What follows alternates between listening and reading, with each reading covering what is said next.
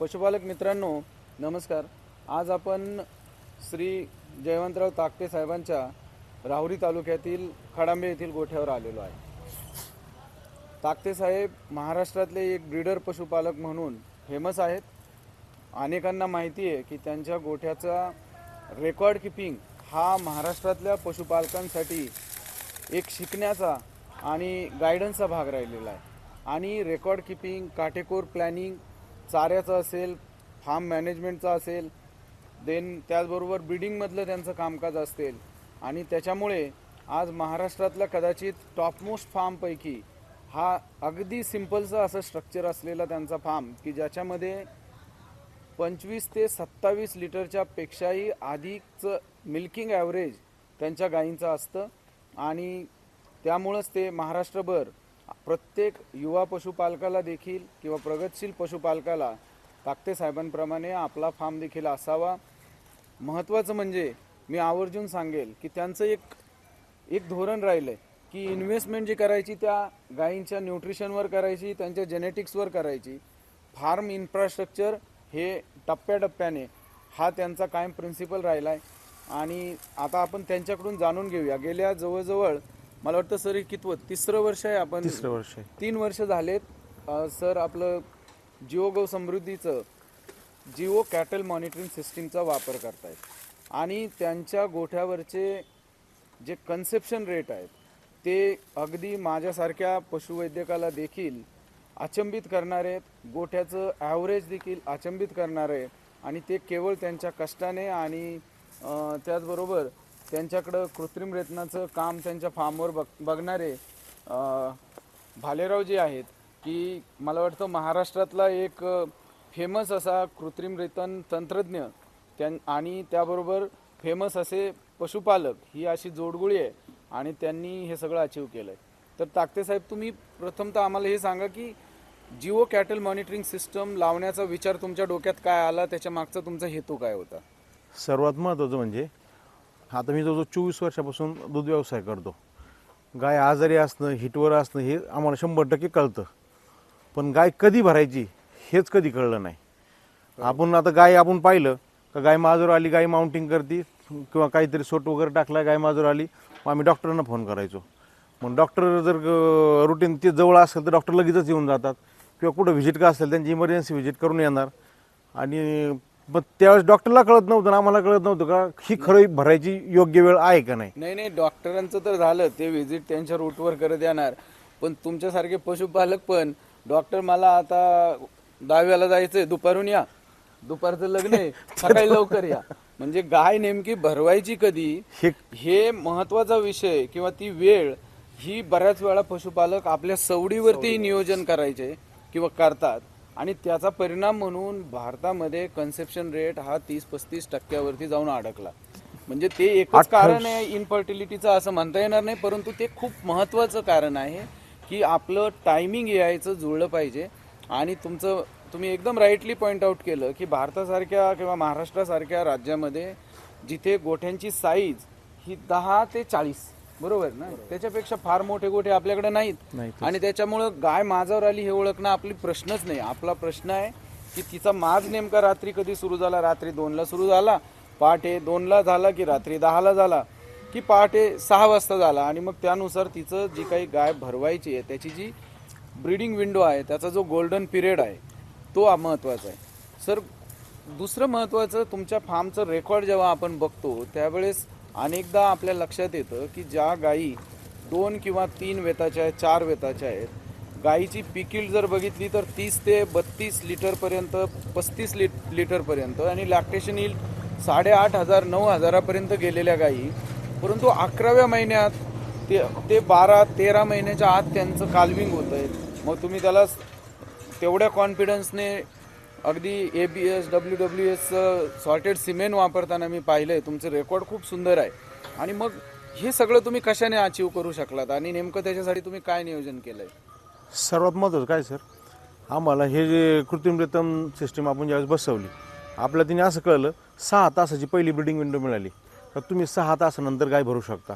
त्यामुळं डॉक्टरांना पण सोपं गेलं ना आम्हाला पण सोपं गेलं का ती त्याचा जो ॲक्च्युअल पिरियड, गोल्डन पिरियड ज्या कधी भरायची त्यात आपल्याला तो ग्रीन सिग्नल येतो आणि मग डॉक्टर आणि आम्ही बरोबर ते वेळ ॲडजस्ट होऊन त्याच पिरियडमध्ये गाय भरली गेली. त्यामुळे चांगलं सिमेंट वापरण्याला पण सेक्स ऑर्डर सिमेंट म्हणजे 1,500-2,000 रुपये किमती सिमेंट वापरायला पण डेअरिंग झाली. बरोबर. जसं आज सकाळी एक AI केली, आज सकाळी 8:30 वाजताच्या आसपास केली असेल सिस्टीमने सांगितलं. आणि दुसरी एक AI होती की जी दुपारी 12:30ला करायची होती. अच्छा. मग मी 12:30ला पुन्हा आलो आणि पुन्हा AI केली. आता हे जे काही 4-6 घंटे आहेत हे फार महत्त्वाचे आहे. तीच गाई आपण सिस्टीम जर नसती तर सरळ सरळ सकाळी AI करून टाक. करून दुसऱ्या व्हिजिटला गेलो असतो.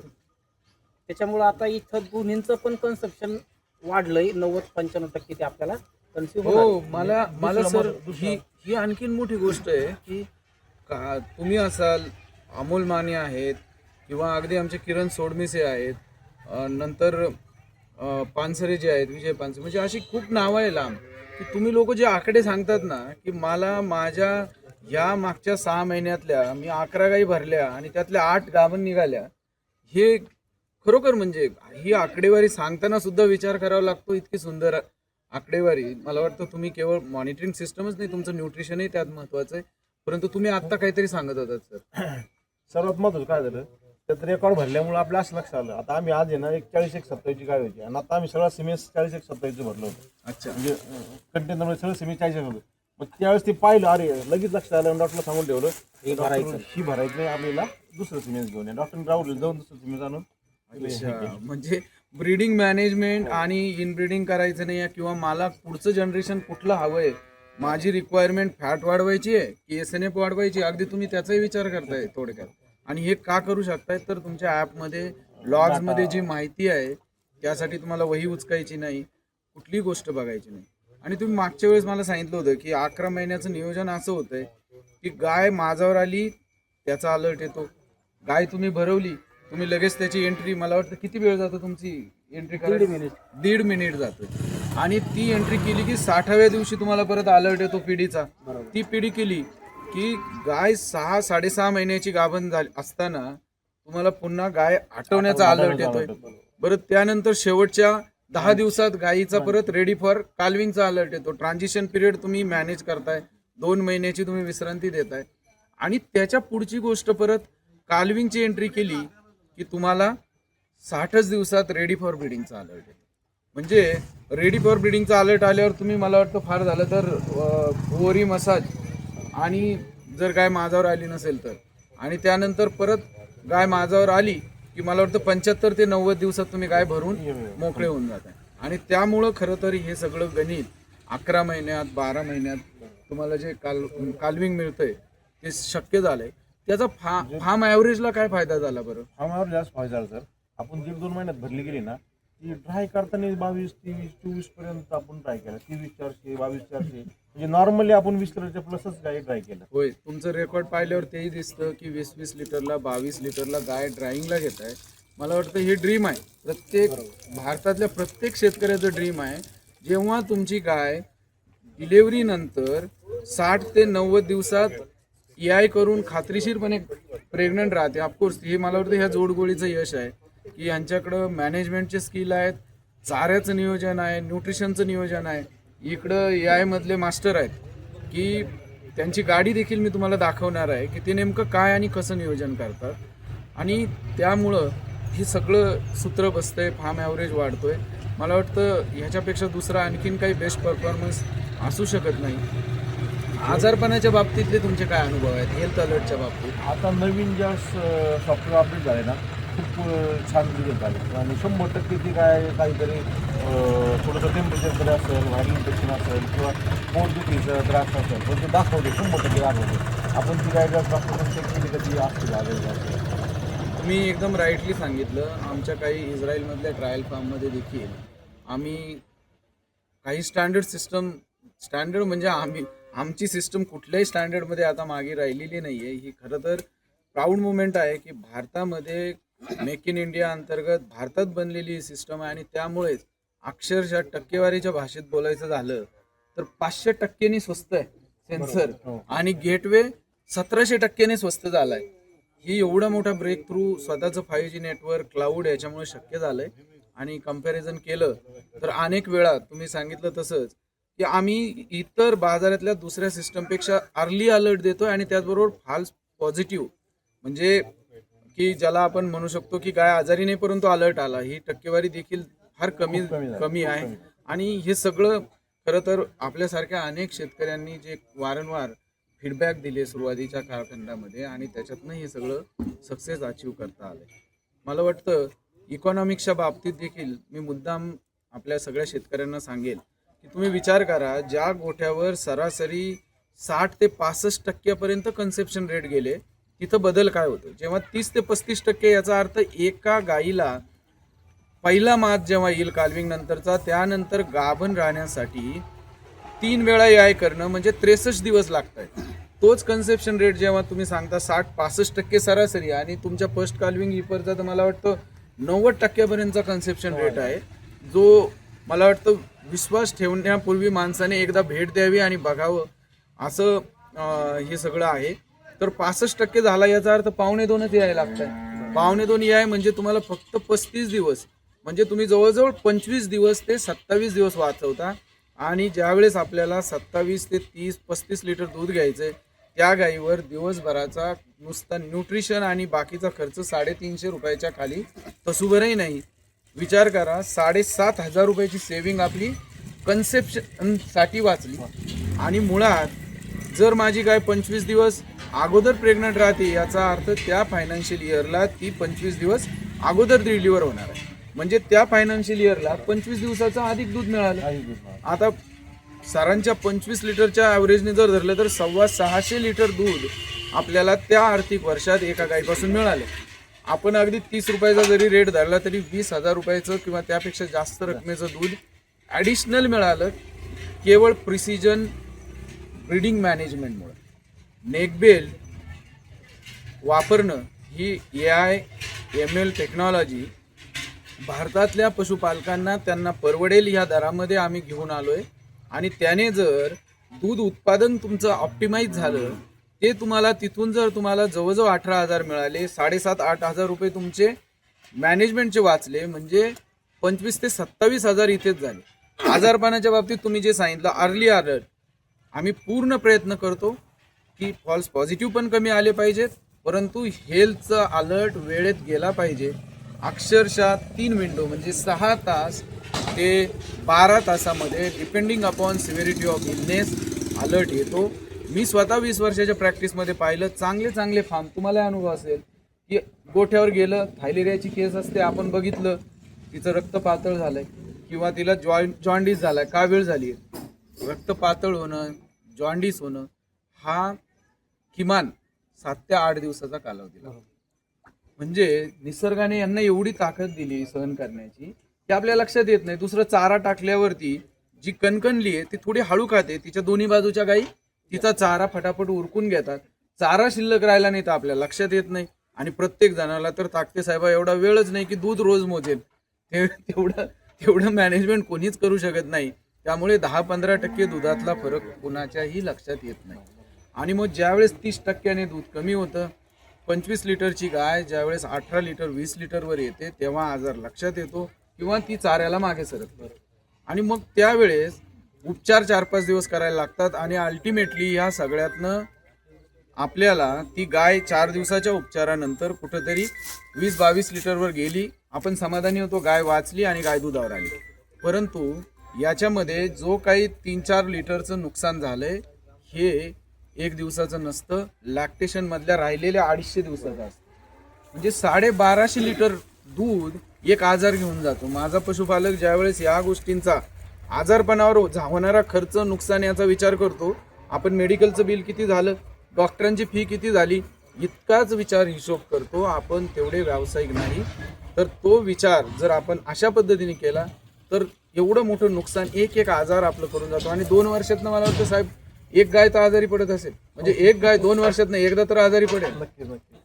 आणि याचा जर विचार केला तर आपण ज्यावेळेस पहिल्यांदा काही तासामध्ये अलर्ट येतो तुमची 25 लिटरची गाय 22 लिटरवर असतानाच लक्षात येते. आणि उपचार 4 ऐवजी 2च दिवस होणार आहेत. आणि सगळ्यात महत्त्वाचं ती 22 वरून 25 वर नाही जाणार 24 वर तर जाते. आणि 24 वर गेली म्हणजे तुमचं जे 4 लिटरचं नुकसान आहे, 5 लिटरचं नुकसान आहे, ते आपण थांबवू शकलो. म्हणजे 1000 लिटर ते 800 लिटर दुधाचं होणारं नुकसान आपण एका गाईचं वाचवू शकतो. 2 वर्षातनं एकदा आजारी पडली असं जरी धरलं तर वर्षाला 400 ते 500 लिटरचं नुकसान वाचतंय. म्हणजे 12 ते 13 हजाराची तिथं देखील आपली सेव्हिंग होते. औषधोपचाराचा खर्चच धरत नाही. आणि मुळात औषधोपचार कमी लागला तर रेसिड्यू फ्री मिल्ककडे प्रवास होतो, सेफ फूडकडे होतो. आजकाल बाजारात काही कंपन्या रेसिड्यू फ्री मिल्कसाठी अधिकचा दर द्यायला तयार आहेत. दुधाची क्वालिटी हा आता येणाऱ्या काळात महत्त्वाचा विषय होणार आहे. सो सिस्टम वापरल्यामुळं मी आपल्याला सगळ्यांना ताकते साहेबांना किती जास्त उत्पन्न मिळतं हे सांगायचं येत नाही, परंतु 20 ते 25 हजार रुपयाची एका गाईपासून आपण अधिकचं उत्पादन प्रिसिजन डेअरी फार्मिंगद्वारे घेऊ शकतो. आणि अशा पद्धतीने राज्यभरात आता महाराष्ट्रामध्ये आमच्याकडं 150 पेक्षा जास्त स्मार्ट जिओ फार्म्स किंवा स्मार्ट डेअरी फार्म्स झालेत.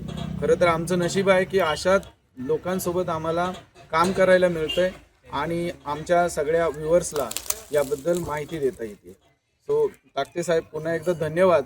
सिस्टीमबद्दल तुमचं काय मत असेल किंवा डॉक्टर साहेब तुम्ही नेहमी उपचार करताय किंवा कृत्रिम वेतन करताना तुम्हाला काय फायदा होतो, अशा सिस्टममुळे कन्सेप्शन रेट असेल किंवा तुमचा स्वतःचं जे काही समाधान आहे किंवा जो परफॉर्मन्स आहे त्याला नेमका काय काय फायदा होतो ते आम्हाला जर सांगितलं तर बरं होईल.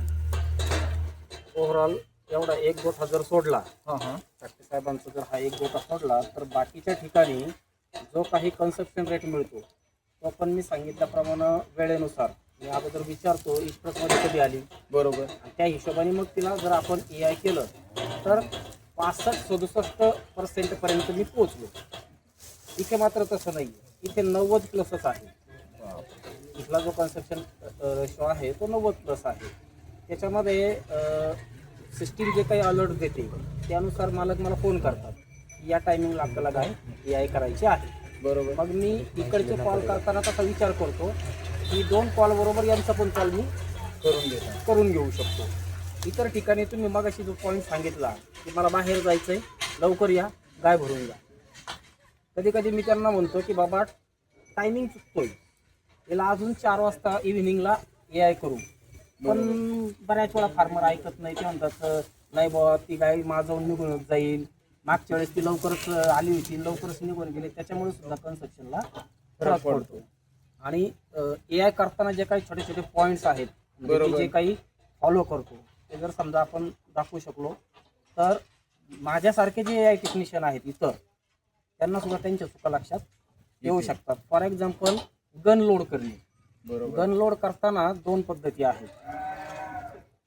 सर्वसामान्यपणे AI टेक्निशियन काय करतात, गनचा जो मागचा धक्का आहे तो खाली घेतात, स्ट्रॉ कट करतात आणि त्याच्यामध्ये टाकतात. ओके, बरोबर. त्यानंतर मग शीत घेतात आणि त्याच्यावरती ते लोड करतात. इथे एक टेक्निकल एरर आहे. एरर असा आहे की शीतला सगळ्यात शेवटी जो बॉल दिलाय त्या बॉलमध्ये पुन्हा एक सॉकेट आहे त्या बॉलच्या आतमध्ये, आणि ती जी स्ट्रॉ आहे ती अगोदर सॉकेटमध्ये टाकायला पाहिजे. बरोबर. सॉकेटमध्ये टाकल्यानंतर मग ती स्ट्रॉ हळूहळू पुढे ढकला, मग तुम्ही गन लोड करा. एवढा एक पॉईंट जर माझ्यासारख्यांनी सगळ्यांनी जर पाळला 20% कन्सेप्शन रेट वाढतो. त्याच्यामागचं लॉजिक असं आहे, स्ट्रॉ वरून टाकली आणि नंतर गन लोड केली तर होतंय काय, ते फेस टू फेस एकमेकाच्या तोंडासमोर येते, सॉकेटच्या आतमध्ये जात नाही. बरोबर. पर्यायी गाय माझ्यावर प्रॉपर आहे, सिस्टीमने क्लिअर सांगितलंय, किंवा शेतकरी हुशार आहे त्यांनी क्लिअर सांगितलंय या टायमिंगला AI करा. परंतु सिमेंट जे युट्रसमध्ये डिपॉझिट व्हायला पाहिजे ते होतच नाही. ते जे प्लास्टिकचं शीत आहे, जो काही बॉल आहे त्याच्या सॉकेटमधून ते रिटर्न येतं. आता ते रिटर्न आल्याच्या नंतर हे AI टेक्निशियनला कळतं बरोबर की ते चूक झाली, पण तिथे मला नाही वाटत कोणी पुन्हा विचार केला असेल किंवा हे कशामुळे रिटर्न आलं. बरोबर. खूप खूप अनुभवातनं माहीत झालेले बारकावे आहेत आणि त्या सगळ्याच्या जोरावर महाराष्ट्रातलं कदाचित बेस्ट AI वर्कर महाराष्ट्रातल्या नव्हे तर देशातल्या अनेक राज्यात अशा पद्धतीने बारकावे समजून घेऊन त्यांचं जे मी मागाशी म्हणालो, आपण त्यांच्या गाडीचाही आपण व्हिडिओ घेणार आहे की ह्या सगळ्या पद्धतीने जेव्हा कृत्रिम रेतन करण्यावर एवढं प्रेम करून, मी म्हणेन आपल्या कामावर एवढं प्रेम करून जर कधी आपण काम केलं तर आपल्या स्वतःचे जे काम करतोय त्याचे कन्सेप्शन रेट वाढणे, समाधान आहे, आणि त्याहीपेक्षा महत्त्वाचं ज्यांच्यासाठी आपण काम करतोय त्या पशुपालकाचा व्यवसाय जर किफायतशीर बनवण्यामध्ये आपला रोल राहिला तर मला वाटतं की ही इकोसिस्टम सस्टेन होईल, याचा सगळ्यांना फायदा होईल आणि शेवटी ही आपल्याला प्रॉफिटेबल डेअरी फार्मिंगकडे आपल्या पशुपालक बांधवांना नेता येईल. जर डेअरीमध्ये कन्सेप्शन रेट चांगले राहिले तर फार्मचं ॲव्हरेज वाढणार आहे. फार्मचं ॲव्हरेज वाढलं तर न्यूट्रिशनवर, ब्रीडिंगवर चांगला खर्च ते शेतकरी करू शकणार आहेत. अल्टिमेटली आपली पेमेंट दिवाळी टू दिवाळी मिळण्याऐवजी नक्कीच लवकर मिळायची सोय होणार आहे. शेतकऱ्याच्या खिशात पैसे आले ते तो ठेवत नाही, खरं आणि ते जर त्याच्या शेतकऱ्याच्या खिशात जर पैसे आणायचे असतील तर गोठ्यावर काम करणारा प्रॅक्टिसनर, AI वर्कर असू द्या, ग्रॅज्युएट डॉक्टर असू द्या, सगळ्यांनी जर ते प्रॉपर काम केलं तरच शेतकरी प्रॉफिट मध्ये. इथिकल आणि प्रॅक्टिस. शेतकऱ्याच्या खिशात पैसे आले तर तो ऍडव्हान्स पण देतो. महिन्याचे किती होत आहेत, समजा 5,000 होत आहेत ना, 10 राहू दे, चल पुढच्या महिन्यात तुला द्यायचेच आहे. पण तिथे कन्सेप्शन नाही भेटलं, रिपिटेशन झालं, कुठल्या प्रकारचं व्हॅक्सिनेशनचं तुम्ही अवेअरनेस केला नाही, तो गोठा दमादमाने लॉसमध्ये जातो. पर्यायी जे काय अडकलेले 2, 5, 10 हजार असतील ते सुद्धा भेटू शकत नाही. राईट. त्याच्यामुळे शेतकऱ्याच्या खिशात पैसे आले पाहिजे, प्रॅक्टिसनरकडे ऑटोमॅटिक येतात. बिलकुल बिलकुल. मला वाटतं ही एक इकोसिस्टम आहे आणि ती सगळ्यांच्या प्रामाणिक प्रयत्नानंतर सक्सेसफुल होणारी आहे. आणि त्यात परत तुमच्या दोघांसारखी जर जोडगोळी जमली तर मला वाटतं की महाराष्ट्रातल्या पशुपालकांना दुग्ध व्यवसायच नव्हे तर जे आपण सगळेच प्रोग्रेसिव्ह फार्मर, मग ते IDFAशी जोडलेले असू द्यात किंवा आपल्या महाराष्ट्र ब्रीडर फार्मर असोसिएशन सोबत जोडलेले असू द्यात, या सगळ्यांचं जे स्वप्न आहे की आपल्याला ब्रीड विकायची आहे, ब्रीडच्या मार्केटमध्ये महाराष्ट्राला पुढे न्यायचं आहे. आपलं जे भौगोलिक स्थान आहे की आपल्या शेजारचे गुजरात, कर्नाटक, आंध्र प्रदेश, MP याच्यासारख्या राज्यांमध्ये महाराष्ट्र ब्रीडिंगमध्ये त्यांच्यापेक्षा खूप पुढे आहे. तर तिथपर्यंत आपल्या ब्रीड पोहोचल्या पाहिजेत आणि एक जवळून वाहतूक आहे, त्यामुळं तिथं एक सेफ ब्रीड आपल्याला त्यांच्यापर्यंत पोहोचवता येईल आणि तेव्हाच आपण कुठेतरी सस्टेनेबल होऊ असं मला वाटतं. आणि या सगळ्यामध्ये तुमच्या दोघांचंही कार्य खरंच खूप महान आहे आणि तुम्हाला खरं तर तुमचे आभार मानले पाहिजेत की तुमच्यासारख्या लोकांचा आदर्श घेऊन अनेक लोक या क्षेत्रामध्ये चांगलं काम करायचा प्रयत्न करत आहेत. त्यामुळे दोघांचे पुन्हा एकदा धन्यवाद. थँक्यू.